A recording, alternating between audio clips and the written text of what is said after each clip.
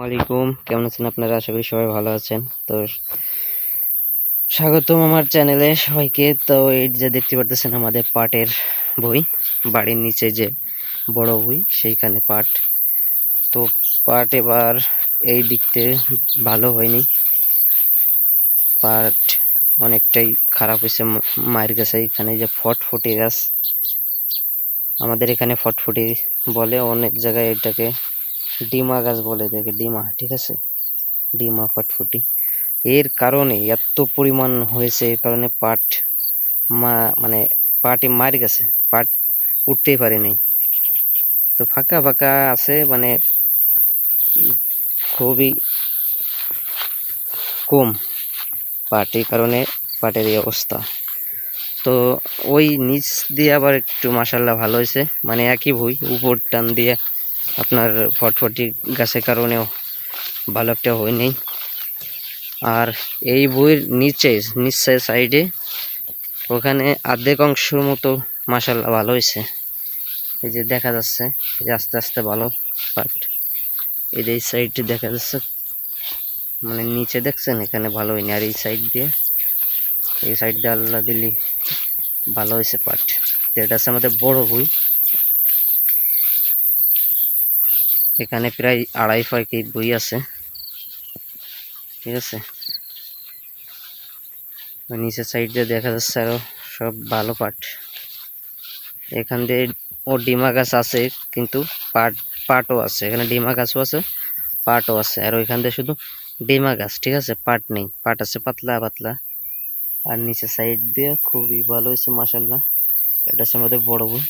আর ওই পেশে বই আছে আরো, ওই দিক মানে এই বইয়ের বাদে উপরে যে বইছে ওইগুলো মাশাল্লাহ খুবই ভালো পাট হয়েছে, মানে মাঠের আমসামের সেরা পাট ধরতে গেলে, ভালো পাট বললে ওইগুলোই, ঠিক আছে। ওই যে দেখা যাচ্ছে যে ওইখানে আমাদের বই আছে একখান, ওই যে বড় পাট দেখা যাচ্ছে, ওইখান থেকে বই আছে।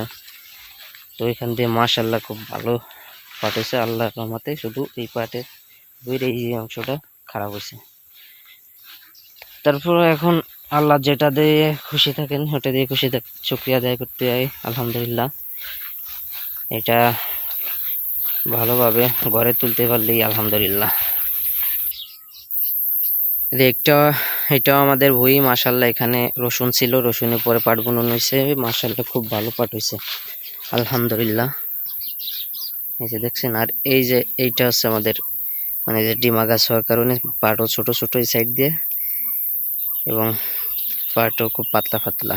আর এটা দেখছেন কত বড় পাট হয়ে গেছে, এবং পাট কত ঘন। এরপর ওই পাশে আর একখান আছে, ওইটাও দেখাবো আপনাদের, আমি যাইতেছি। এই যে এইটা আমাদের আর একটা বই, এখানে আছে কালো জিরা ছিল। তো আলহামদুলিল্লাহ এই পাটগুলো মাশাল্লাহ খুব ভালো হয়েছে আমাদের ওই বইয়ের তুলনায়। এই যে এইটা একটু নর্মাল হয়েছে, ঘাস হয়ে গেছে, ডিমা ঘাস। আর এই বইটা একবারে ওই, মানে এখানে 20 শতক বই আছে, খুবই ভালো হয়েছে আলহামদুলিল্লাহ।